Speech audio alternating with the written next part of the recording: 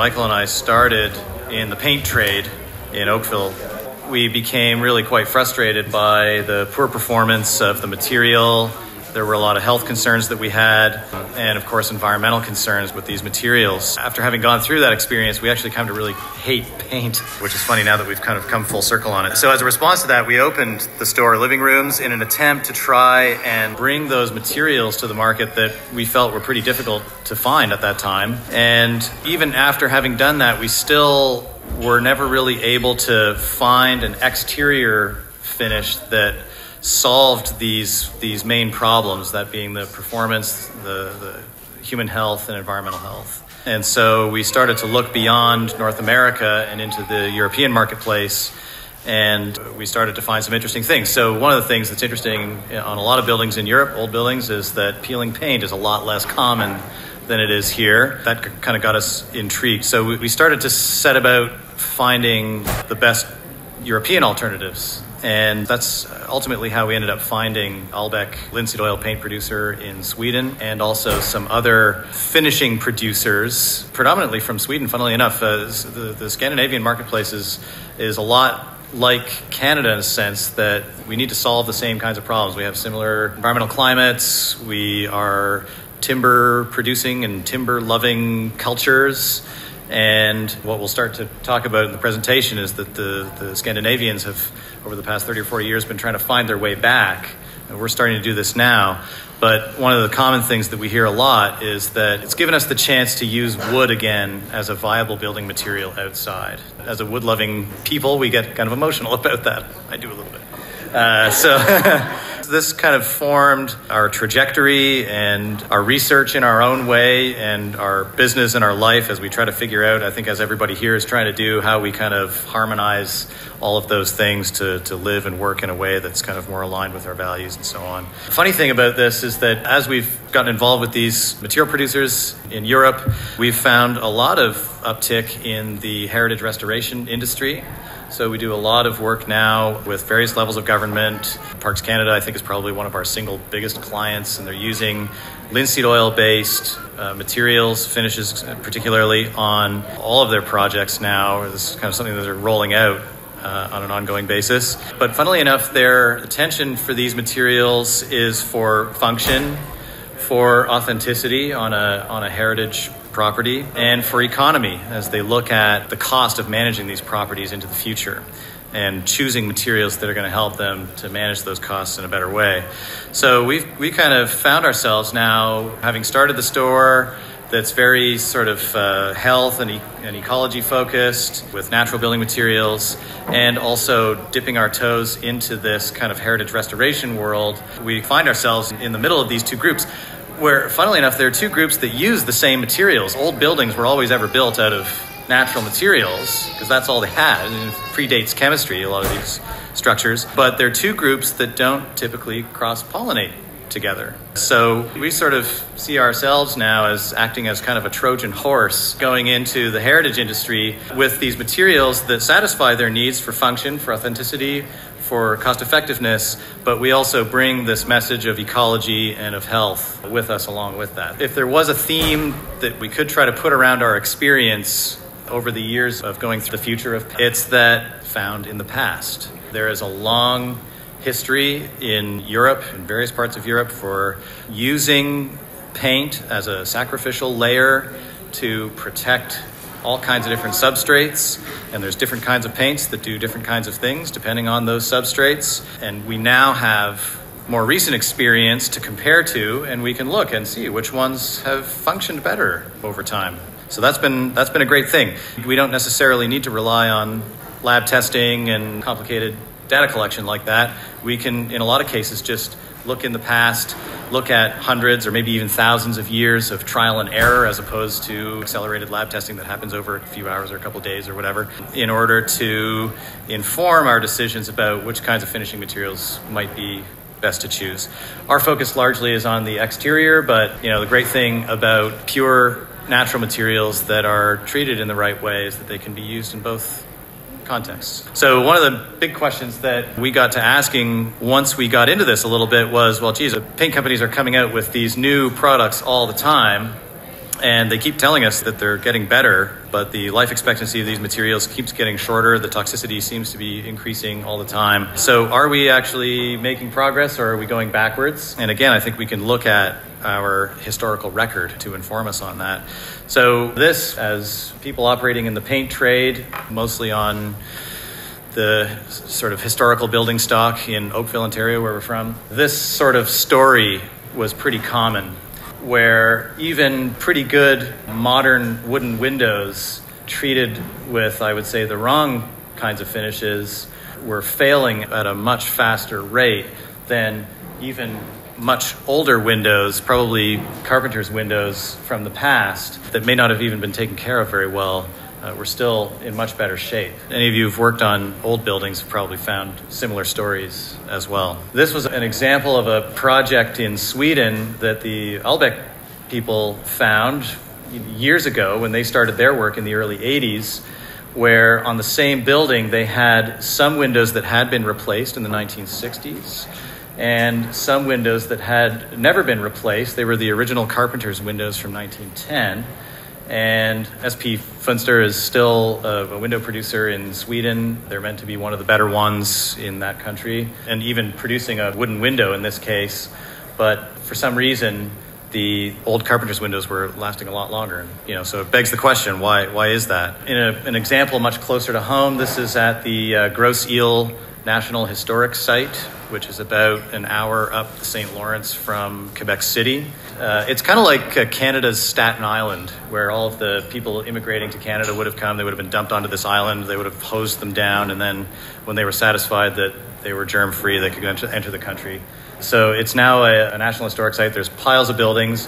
They have a terrible time maintaining these buildings because, as I said, the materials are getting worse and they get hammered by environmental conditions in the middle of the St. Lawrence. So this was an east face of a building on the east side of the island, which gets, I think, the worst of the environmental conditions.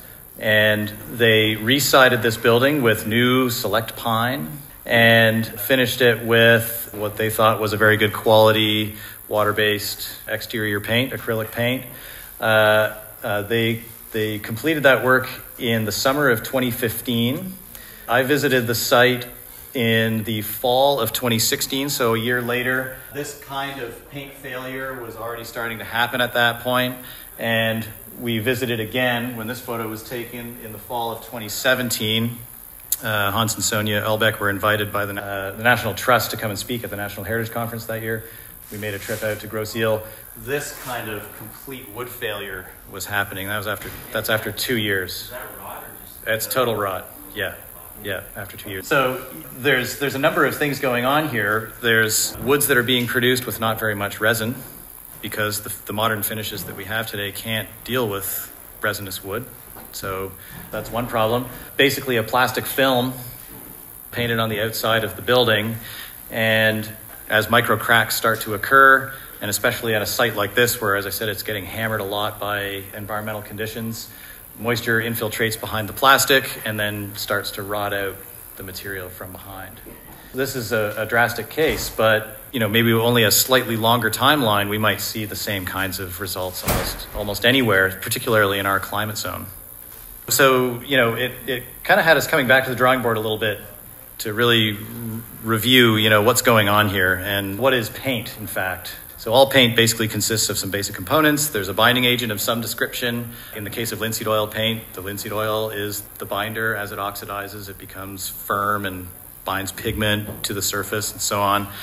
It could be various forms of plastic in the case of modern water-based paints.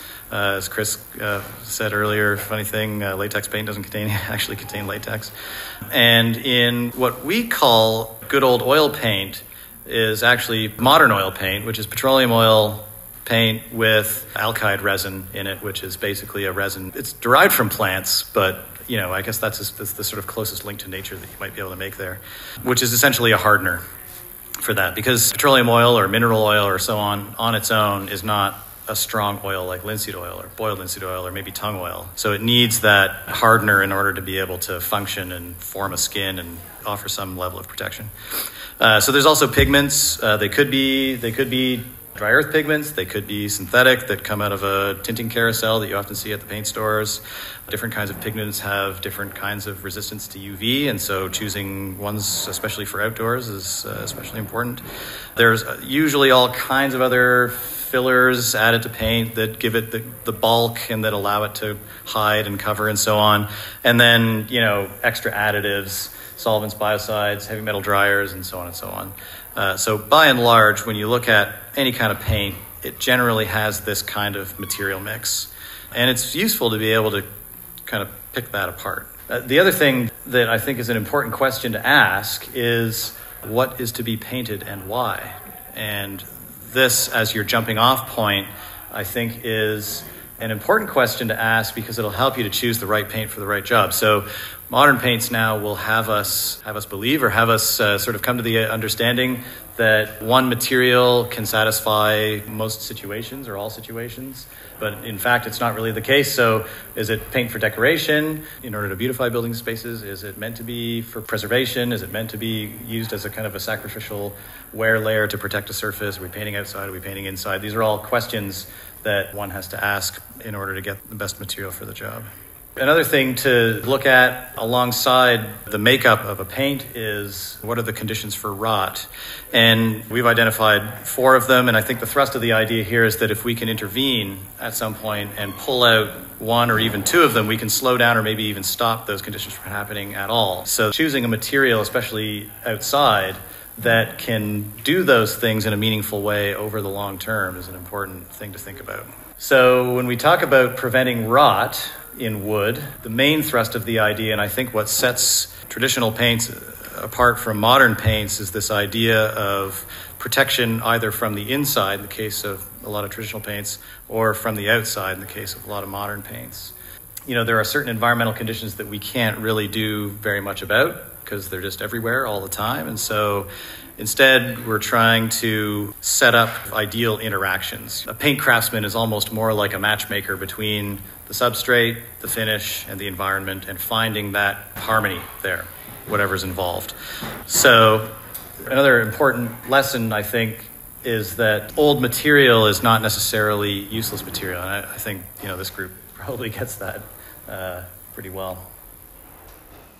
Now we've got this really exciting situation where we're constantly talking about how modern science is catching up to ancient wisdom, and the kind of work that is being done in groups like this and in certain groups in the heritage restoration industry and in academia as well, particularly in Scandinavia. There are efforts in lab testing and R&D and so on that are validating what paint craftsmen knew for hundreds of years.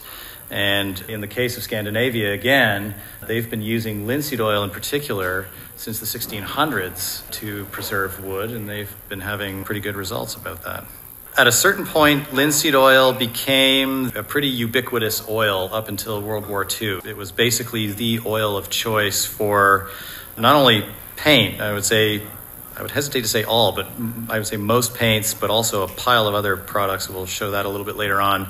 Even back further into history from that, people might have used whatever binding agents would have been locally available. If they were maritime dwellers, they would have used fish oil. If they were inland dwellers, they might have used protein from wheat flour or rye flour. Or my wife's family's from Morocco, and apparently her great-grandfather was a painter in Morocco and used eggs as the protein from eggs as the binder for making his paint, and used it as an exterior paint, apparently, in that country.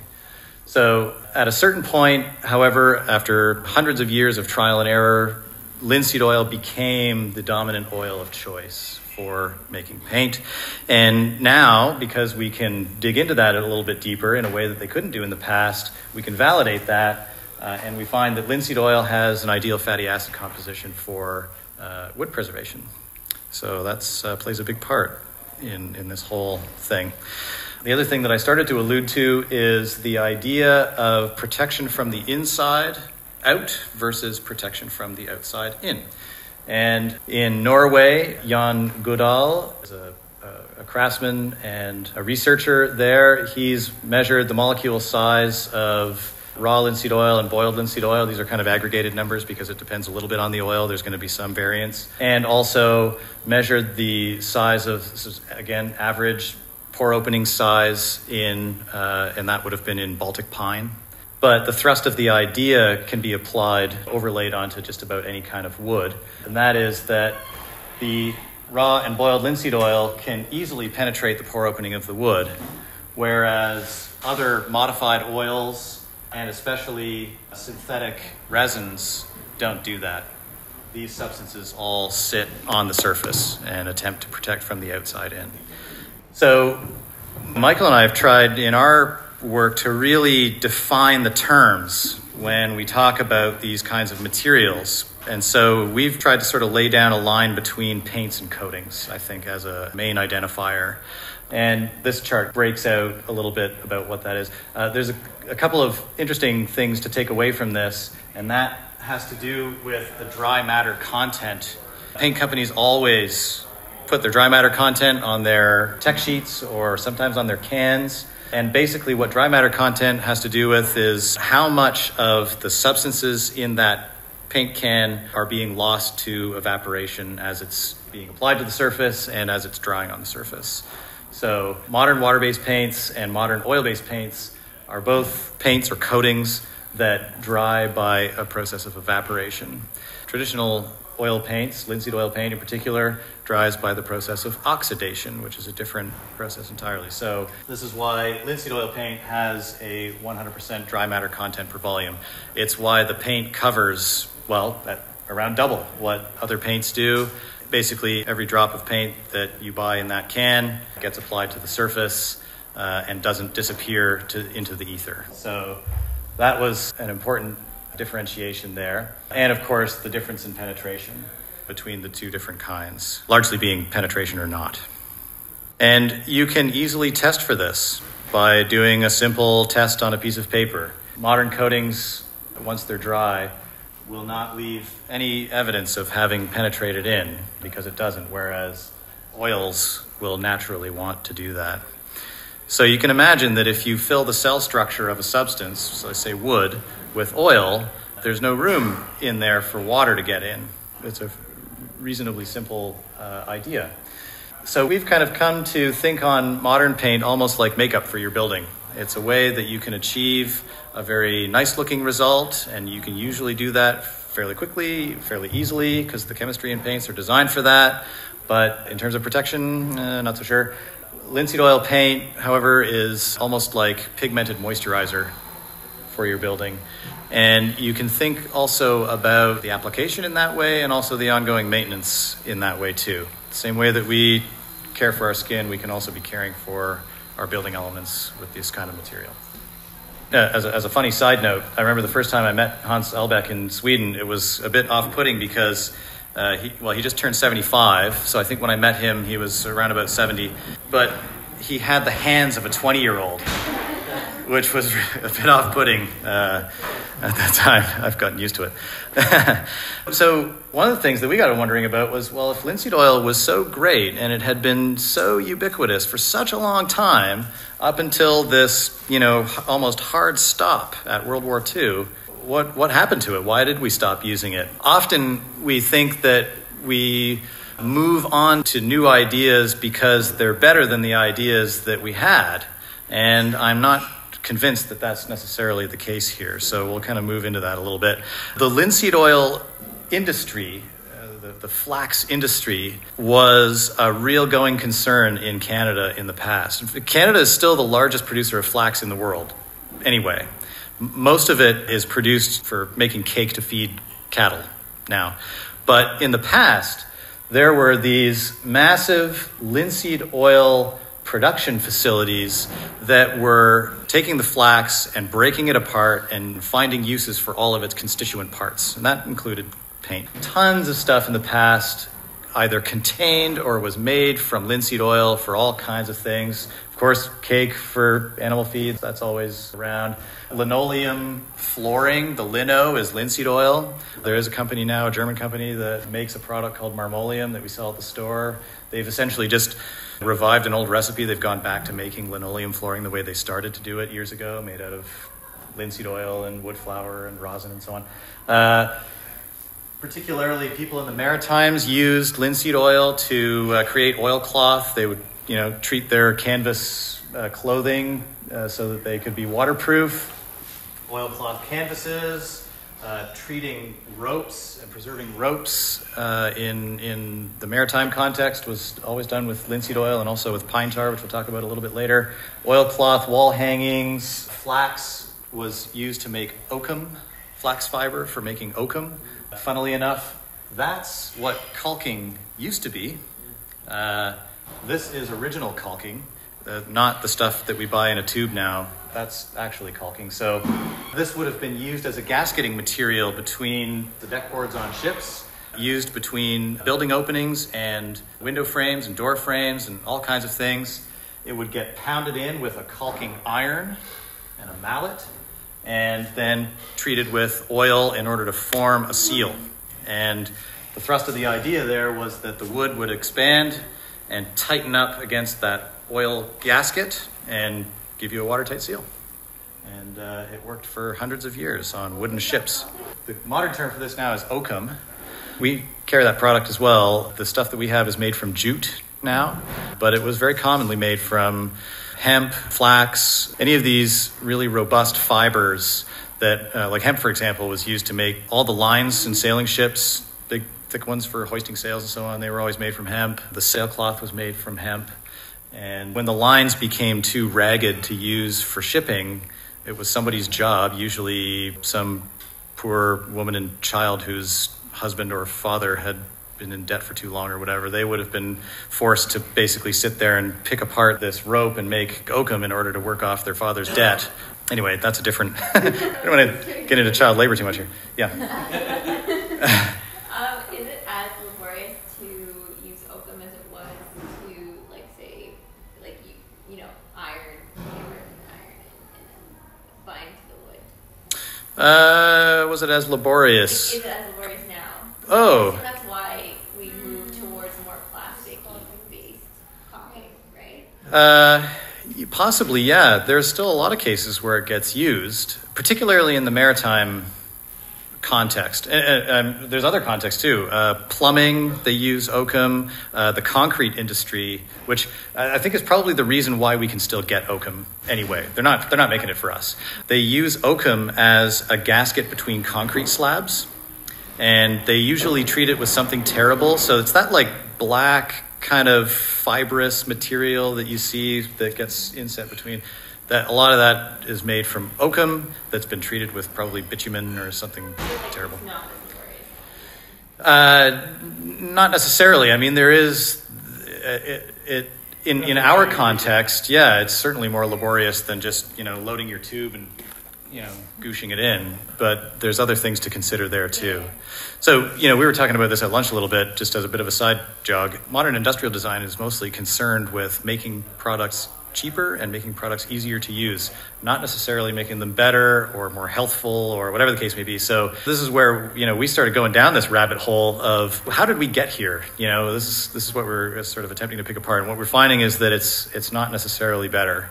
So it might be worth the extra effort in order to use a material like that. And I think that most people in this group kind of found that too, whether it's in this realm or building a straw bale house is incredibly laborious compared to other types of building, but I think it's worth the effort. So suffice to say, flax was everywhere in life at that time. And even the paint companies of the past recognized the value of good quality linseed oil. And this was such a fascinating thing when we started to dig into the advertising of paints. And I have a bit of a background in advertising, so I found it maybe especially interesting. But advertisers are really concerned with the high selling points. What do they want you to know? And they'll usually not talk about the stuff that they don't want you to know. So what do they think is important? They think that using the best pigments and the purest linseed oil, you can find that. Yeah, here we go, top left. The text is in there. Good old Benjamin Moore from the 1900s was, I liked this ad a lot, you'll see why in a minute. They talk about, to the consumer, offering greater economy of labor and material. We'll get into that as it pertains to linseed oil paint in general a little bit later. And they talk about the better protective value and results that come from using these kinds of materials. And this is one of the ones that I liked. They talk about the material follows the handling of all articles of genuine merit. And that's the sort of thing that I think, if we can start to look at all of our materials this way, what materials are we using that actually have genuine merit, that just sort of stand up as being a good idea all on their own? So this is how paint was marketed before plastic paint. Linseed oil paint was also apparently used to protect battleships, even metal ones. And they talk about the importance of using zinc oxide, which we'll also get into a little bit later for that. The thrust of the idea here was that if the paint was good enough to protect a battleship, it's probably fine for your garden shed. So says the New Jersey Zinc Company. And at around wartime, in fact, linseed oil and flax in general was so important that the government in the United States and in Canada was paying people to grow it, paying people to produce it. Funny that they chose to use paint as the graphical example here. And this is where things kind of take a weird left turn in history, because the Germans during that time in World War II had a different idea, and they had a different strategy as it pertained to the production of flax, because flax obviously was an important raw material everywhere. This is a patent from the patent office in Germany in the late 1930s, where the Nazi government had basically issued an order to the scientists to come up with a new binder for making paint. They essentially needed their crops for growing food for soldiers, not for producing flax to make other products for as a material for other things. And the other thing that they thought would have been a strategic advantage is that synthetic binders can be created any time of year, in a laboratory, anytime, and they're not subject to the whims of nature and seasonal crops and all that sort of stuff. Funnily enough, these kinds of strategic imperatives align very well with the corporate chemical companies today. So I don't know, maybe there's something there. This represents the sort of the birth of modern paint, plastic paint, or modern oil paint to start, and then, on from that. And Chris alluded to this similar thing earlier, of foam insulation essentially being Dow turning a war product into a consumer good. This sort of thing happens all the time, many things, and certainly did with paint. So corporations producing chemicals would have looked at that model and thought, holy crap, that's a really great thing. And so they would have started producing paint and flooding the market. And it's interesting to see at this point a shift in the language of the advertising. What are the kinds of things that they are talking about now? What are the kinds of things that they are leaving out of the discussion? So there's a lot of discussion about paint now being quick drying. I must rush home and paint the dining room because I have guests coming tonight.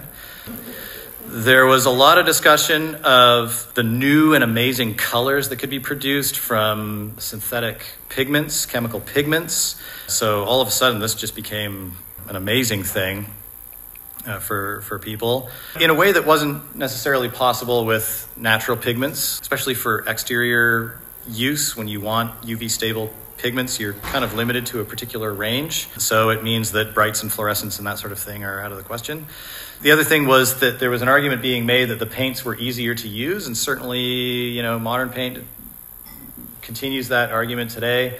The idea that it could be done in one coat. Apparently you can do it sitting down in a cocktail dress with one hand. Yeah, I think these ads kind of speak for themselves, but you get a nice initial result quickly, that it levels out easier, it's less prone to running and splattering and all these sorts of things because modern chemistry can take care of all that for you. Sadly, what it does is it also removes the need for any level of craftsmanship or particular material knowledge, and we'll get into that a little bit later on. That was another unfortunate fallout. Industry sort of took that over and left the craftsman basically just the simple paint applicator. For the first time in history, you could choose the level of sheen for your paint. This was never possible in the past, but it's something that we've come to expect now. It's a question that we get a lot. The other thing was about the brightness of paints. They weren't talking about the color intensity, they were talking about the sheen, that it could get this kind of sparkly finish and that was meant to last for a long time. I think what they're saying is basically true. The paint would probably fail in the sense that it would crack and peel off before the sheen went away. So, I think what they're saying is true. technically. And this one I just love to throw in because it kind of summarizes all of those things into one tidy little snapshot of the American family, where apparently dad is a bumbling buffoon, and the brother is kind of a lazy sort of character who just wants to get out of there, and the sister's thinking about her date. And so I liked this because it's sort of a comment on what the ideal consumer family looked like at the time, whether it was actually true or not. And apparently modern paint fit right into this motif, which is unfortunate. But it doesn't talk about anywhere in here, there's no discussion of function, of longevity, and so on and so on. And again, the painter as craftsman is not in the discussion. So even today, the lifestyle marketing of paint is predominantly what we see everywhere. There's an overemphasis on color rather than function. And even in the heritage restoration industry, there's a lot of concern about choosing a heritage-appropriate paint that is the right color as opposed to something that will actually protect the substrate and function as a sacrificial layer. And, the other interesting sort of side note to that is that peeling paint, cracking and peeling paint, is a modern phenomenon. Michael and I went to a living museum in Sweden last year, and we noticed that there was peeling paint on the shutters of one of these in situ buildings that they had relocated from somewhere else from some long time ago. And we got a little bit pissed because it was misrepresenting the history, because in fact, in the 1600s, for example, peeling paint would have never happened. So it was actually historically inaccurate at this museum. But I don't mean to be a stickler for detail. But funnily enough, because linseed oil paint has been out of the discussion for long enough, we get these peculiar claims now of modern paints talking about performance. So we've kind of dragged the center in the wrong way. We don't have traditional paint, or linseed oil paint in our case, acting as a kind of an anchor to drag that dialogue back. So what are we, when they say that their paint offers exceptional weathering and durability, and it's best-in-class performance, and it's a lifetime limited warranty, I would say very limited, what are we comparing that to? It feels a bit like we're polishing a turd in a certain sense. The ability to compare that to anything meaningful has been sort of taken out of the dialogue. So this kind of brought us to our entree into Europe and the discovery of the Elbec people. And so what we didn't know leading up to this point was that there was this small family of craftsmen who were already sort of asking these questions and finding their way back from the Scandinavian point of view since 1982, and making efforts to sort of, go back to the beginning and kind of chart a better way forward. And luckily in Scandinavia, they had a lot of history that had not yet been lost that they could draw on for this. So this is the young Albeck family. They became sick themselves. Hans was a painter. I think he was part of the last sort of hurrah of journeyman painters in Sweden. They have a system there similar to ours where anyone with a paintbrush can essentially call themselves a painter. But he was actually a trained painter and painted for his career. He became sick from exposure to solvents. His wife Sonia became sick. She worked in the textile industry, and from the chemicals being used in textiles, she also became sick. So they went through a pretty hard time where they couldn't work. They had 2 children to feed. They had to sell their house and basically moved into this living museum because it came with accommodation. It was in the countryside, and they brought themselves back in a certain sense. And while they were there essentially recovering, they also started to learn about a lot of the old ways and learn from older people about the older methods of building and renovating and looking after buildings, maintaining buildings, and so on and so on. And so they started to kind of see their way forward again. And so they started this thing in Sweden that has since turned into its own subtrade in Europe called windowcraft, where they started to see the window as a discrete unit, and where the window craftsman is a carpenter, glazier, painter, blacksmith, and builder all in one, which isn't to say that the window craftsman is an expert in all of those things, but knows enough about all of those things to combine them into the discipline of window craft. So he can be an expert in windows by drawing on those crafts that would have been treated as discrete crafts in the past, with their own guilds and everything else. And in doing this, able to sort of push the boundaries of what was technically and financially possible. So in Sweden at this time, they were really on a knife edge about whether or not it made more sense to throw out old windows and replace them with new ones, or whether there was some merit in saving them. And these guys started working in that realm in order to save old windows ultimately. And because they designed their work in that way, they were able to do that work in a way that was competitive with the cost of replacement. And so they kind of turned that relationship on its ear. And fast forward to today, while we were in Sweden, they now have a National Window Restoration Day where the people seemingly, I don't know, we're going to go to this next year, I think. So their whole thing, because they were so poor, a lot of the things that they did came out of necessity, but it involved using simple hand tools. It was cheaper, they could work faster, they could be more flexible. They came up with all kinds of interesting inventions, such as the infrared paint remover. Hans Albeck is the original inventor of the infrared paint remover, and he held a patent on that for a number of years worldwide, and eventually it dissolved, and other producers now produce that tool. And we carry one of them. And there were other things. They invented the safe working platform, what they called the safe working platform, which was basically a giant clamp that you basically clamped over the windowsill and that allowed you to work on both sides. You can climb in and climb out. I don't think that was anything that they produced or held a patent on, but they were the first ones to be using it in Sweden. Of course, the infrared paint remover, they became quite famous for this in Sweden at that time, partly because they sued the federal government in Sweden for patent infringement and ultimately got a letter from the king saying, nope, you guys are correct. This can all just go away now. And they became quite famous about that. But beyond that, the invention of that tool has opened up a whole industry now in producing infrared paint removers. There's at least 4 producers that we know of doing that now because of their work. How effective is it? Very. Yeah.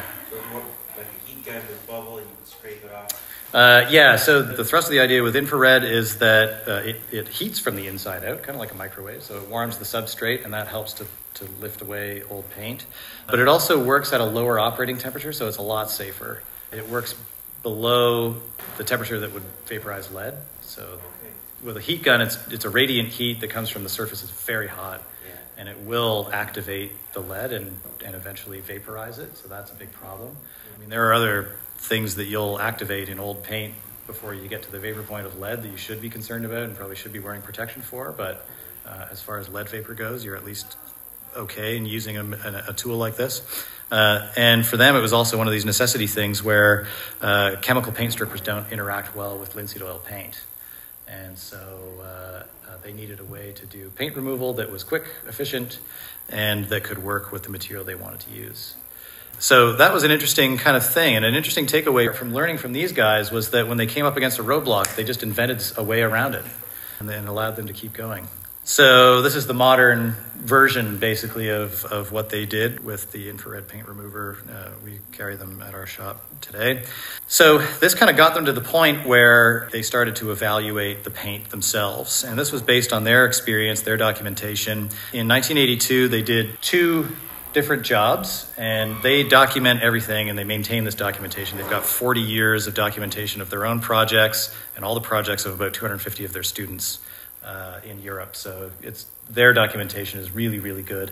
But in this particular case, they were finding that the failure rate of the modern paint, and this is on an interior surface on both cases, was failing too fast. At the time, because they were poor and they needed the work, they offered a 5-year guarantee on their work, which was unusual. Usually it's about a 2-year on paint. But they offered 5 in order to get the work. And they were finding that with this kind of failure rate, they had to come back and do the repair work under guarantee too much. So they couldn't afford it. And they decided at that point that even if it meant being paid, they weren't going to do it anymore. That was their line. It was unhealthy for them. They couldn't stand it. And now they could no longer simply afford it. It essentially threatened their livelihood. So that was their decision at that point to draw the line and say, we will only now be using linseed oil paint. And this was a project done the same year with linseed oil paint. The photo was taken after 9 years, and then the first maintenance was in 2010, so nearly 20 years later. using not their own paint, but it was that delving in deeper that got them into making their own paint. For them, the material has always been about supporting their work. So they needed best quality to get the best performance, and so on, which is an unusual thing for a product producer, because usually product producers are concerned with creating a thing and plugging it into whatever marketplace they'll find uptick in. But for these guys, it was about producing material to support their work as craftsmen. So they needed paint that would satisfy their needs to do good work. That meant a movement away from paint failure, and toxicity, and finding a solution to the degraded modern linseed oil paints, because there's about a dozen linseed oil paint producers in Europe, most of them in Scandinavia. But these guys really get into the minutiae about oil quality, where it's from, what kind of soil it's being grown in, what's the fatty acid content. They advocate for not using solvents and so on and so on. So for them, that was very important, even compared to other linseed oil paints on the market at that time. And finally, they needed something that could work as a complete finishing system, where all of the materials that they needed to use in combination to get different results could be used together without having any kind of compatibility failures. And it also gave them more predictable outcomes, funnily enough, too. So they started looking into the past. What did linseed oil paint look like before 1938? And these were a lot of the characteristics that they were able to identify for modern use. One of the main things that they became ultra concerned about, and this really is sort of the jumping off point for them for all of their material, is that not all linseed oil is created equal. We even find that now. You can buy linseed oil from the hardware store here, but it's terrible for a number of reasons. And to beware of modern processing. So one of the reasons why linseed oil is now terrible in general. And the big thing that they do is they remove the protein from the oil. So you remove the food source for microbes. Anyone who's used linseed oil recently and the surface has been exposed to the outside has probably found microbial ingress, because there's still a protein source there to eat. And that previous fellow that was referenced, Jan Goodall, talked about how when modern linseed oil is applied to a surface, the oil molecules can absorb in, but the protein molecules can't, so that you also get a concentration of protein on the surface that microbes can then move in on and eat. So this removal of the protein is for them one of the most important things. The other thing is to avoid the use of solvents. Again, they were looking into the past for proof of this too. And this is while painting was still considered to be a craft in that country. They had Handwerkets book as basically like a handwork book or a craftsman's book. These would have been the accumulated craft knowledge that would have been recorded over time, and it would have been updated on a continual basis. And this one is for painting in particular. And they talk about the use of solvents, in particular turpentine at this time, was condemnable as a painter, and that it was mainly used for convenience, and that it could be judged as bad workmanship. Later in the 1950s, this discussion was coming up again in Scandinavia, and again the same kind of message coming from the craftsmen in this discussion, which is that you have to use the highest quality linseed oil you can find. It should be degummed, bleached, cold pressed, and has undergone a lot of procedures to remove all traces of contaminants. In their general context and the way they treat their material, they are ensuring the quality all the way from the field to their factory. They know the fields where the flax is grown in Sweden. They know how it's being produced. We've been to the plant where they actually crush the flax seeds and take the oil out. It's an amazingly clean facility, and most of their flax oil production is going to produce salad oil for the food industry. And of course, the cake gets used for the animal industry, and so on and so on. So they're effectively using a food-grade flax oil to make paint. And then in their own processing and so on in the factory, they're kind of maintaining that quality the whole way along. So if we sort of harken back to the use of flax in the past, we can see how it's a material that can contribute to a sort of a collection of more sustainable materials, and also to a kind of circular economy, in the sense that it can basically just be fed back in. There's piles of ways that the material can be used. In Canada, we hope to see a resurgence of that.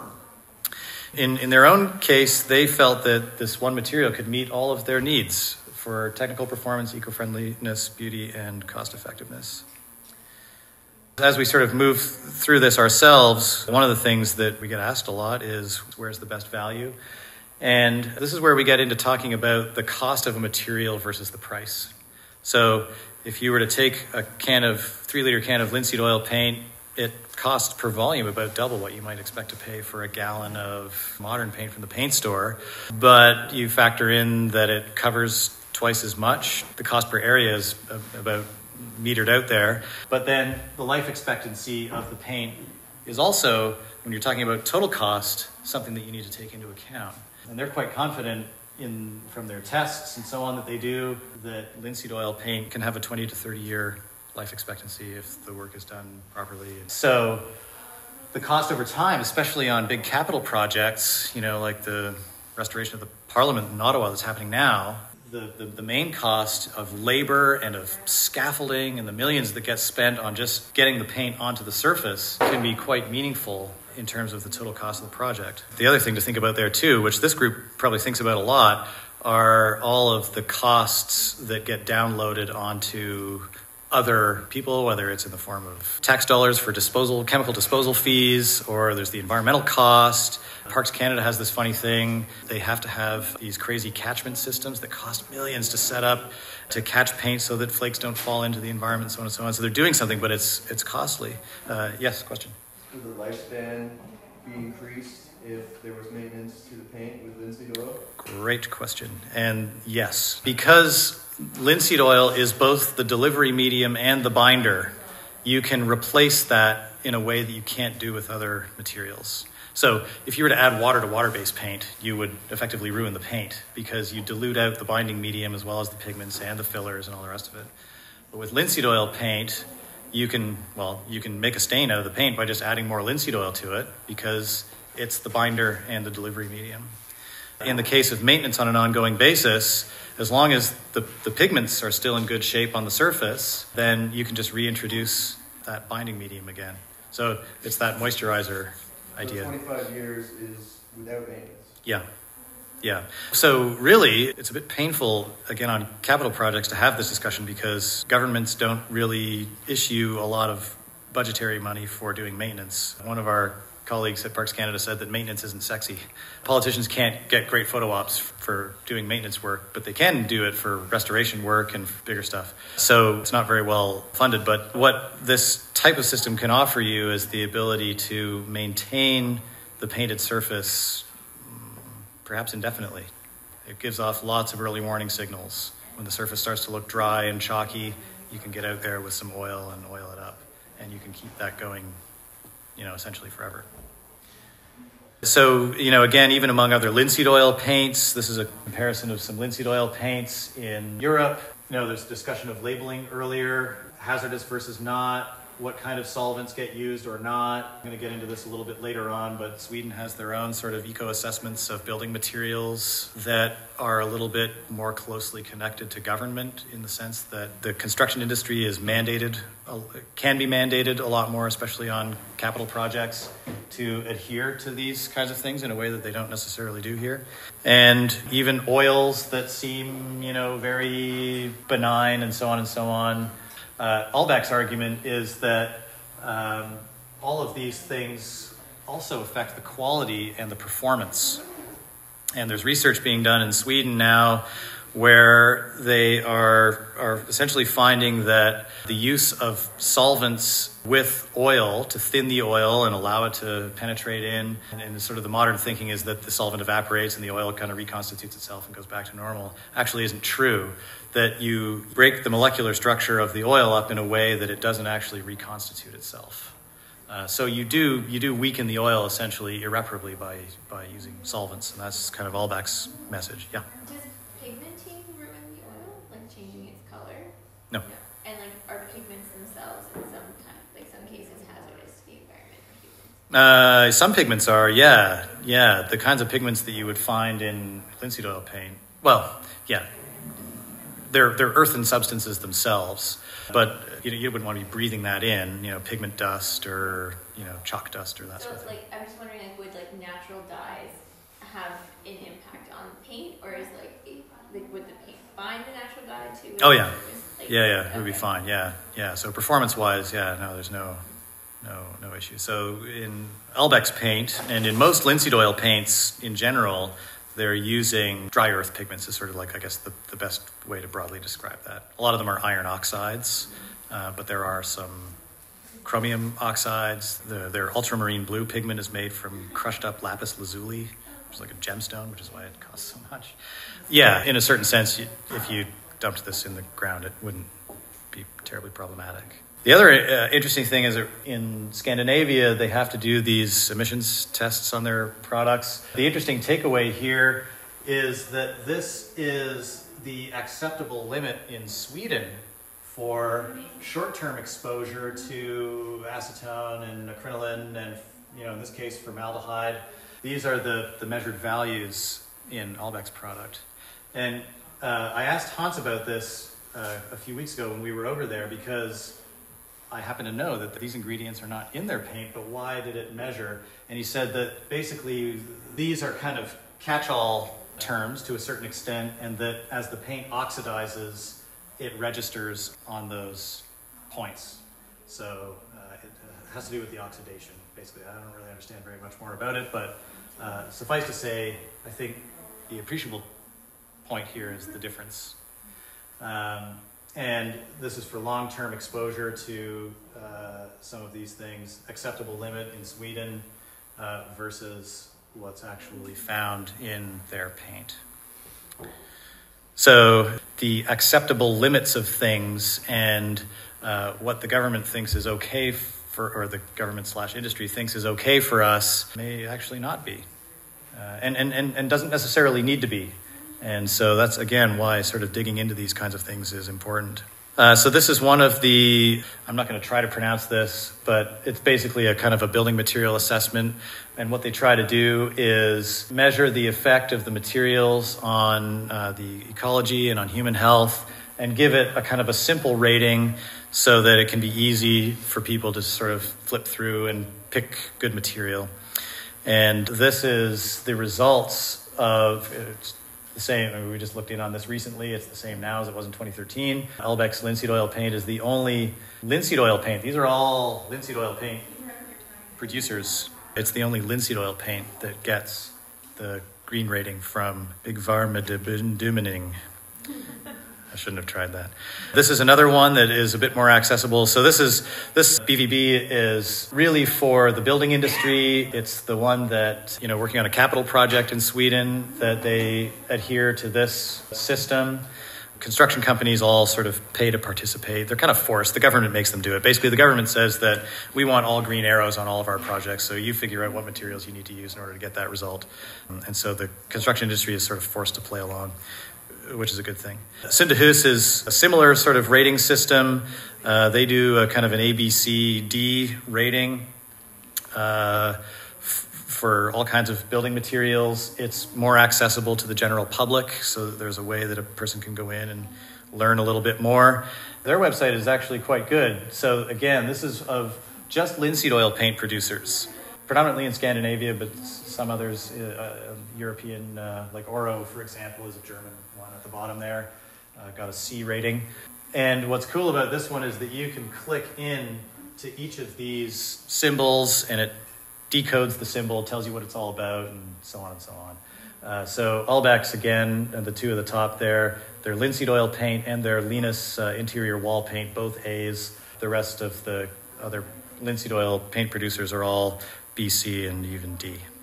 So over the course of their career, after kind of gone through all this with their windowcraft work, with their inventions, with the paint, and so on, they've had the opportunity, as we're having now in Canada, to work on some pretty exceptional projects. This is Holcombe Estate in Norfolk in the United Kingdom, all wood surfaces. I mean, they've been in this process for 20 years, but they're using the linseed oil paint. This is Lord Tom Cook, Lord of the estate. What they found is an interesting thing. He said that their family has been the occupants of this estate for 500 years, and they intend to be there for the next 500. But in Tom Cook's father's time, so in the space of one generation, they had more capital degradation, so more wood rot and wood failure in that one generation than they had in the entire previous 500 years. combined. And they attribute that to the switch to the use of modern paints. So plastic film traps moisture, rots wood, much greater long-term expense. So they're moving back to this. The other interesting piece is that they're also now importing Baltic pine from Sweden, highly resinous wood that's very compatible with linseed oil paint. So they're, in fact, taking that to the next level by using a resinous wood that's already very resistant to rot all by itself, and they're using linseed oil materials to preserve. The Royal Palace in Copenhagen was an interesting case because there's about 1,000 or so windows that had to be restored in essentially record time because there was some royal wedding that was going to happen and the press was going to show up and the windows needed to look good. So, basically what Hans said was that they were getting resistance from craftsmen and contractors in Denmark, and they basically said this couldn't happen. And so they called Aalbæk, and Hans basically said, well, you can't really say no to the king, so we just had to figure out how to do it. And so it really took all of their experience, the material, the techniques, the inventions, and everything kind of working together in order to pull that off. And they did. So the great thing that can come from using natural materials in general is that we know that they're compatible for the most part. There's a long history behind us to show us that they work well together. It's just a matter of knowing how to manipulate them properly. This is the Aalbæk workshop where they had lots of folks helping out and working. It's Hans and Sonia's daughter, who is also a very accomplished window craftsperson in Sweden, even today. This was a major project for them. I think their biggest achievement so far is now their products being used on the Château de Versailles in France. So this is for the restoration of, I thought it was 6,000 windows, but I think it might be double that, they said this last time we were over there. If you count all of the buildings on the property and all of the woodwork and so on and so on. The interesting thing about this is that they learned a good lesson here, that sometimes it can be better to do nothing than to do the wrong thing. And this was an 18th century oak window that is in one of the inner courtyards, but that had essentially never been maintained pretty much ever. And it's still in good condition and is totally a candidate for restoration. You would never imagine wanting to throw that out. But on the flip side, after just 1 year of having applied plastic paint to certain surfaces, they're finding this kind of paint failure, but as we saw in previous slides, also wood failure.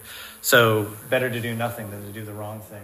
This is an original oak window painted with this little scratch mark here is where they took the sample. That's the original yellow linseed oil paint from 1680, still intact today. And that is the basis off of which they use to make the color Versailles yellow in the Aalbæk palette today, which you could buy at a store near you in Kingston, Ontario. The other thing that they're doing now, and again, this has been a great test terrain for them. They're using the material on wood, but also on metal. Behind the modern paint, the cast iron gatework was basically decaying. And so, and once again, especially at the Château de Versailles, where they keep very good records of things, they just had to go back to what was already working, which was to linseed oil paint. And so finally, for Michael and I think a really amazing accomplishment of theirs is that they were invited to speak at the UN Summit on Climate Change in December 2015 in Paris. And they were invited to speak particularly on the viable use of natural and ecologically sensitive building materials in the larger context, big capital projects and so on and so on. And of course, the connection to Versailles and so on was there. So in our own little Trojan horse way, and we've been setting about trying to do this here in Canada. So in the fall of 2017, we participated in the National Heritage Conference in Ottawa. Hans and Sonia were invited to speak at the conference. But on the panel, our very own Tim Cron, we organized for Tim to be invited. And some of you may know Andrew Paminter. He heads up the Heritage Carpentry program at Algonquin College. He was also there. As we've kind of come through this experience, and the question that we're sort of left noodling around, what will be the heritage buildings of the future? What are the buildings that are going to last that long? What are the buildings that are going to provide inspiration for people in that future time, looking back at a building that was built, say, today, in order to chart their way forward? And Our contention is that it's the kinds of buildings that this group is involved in producing, and certainly with these kinds of materials.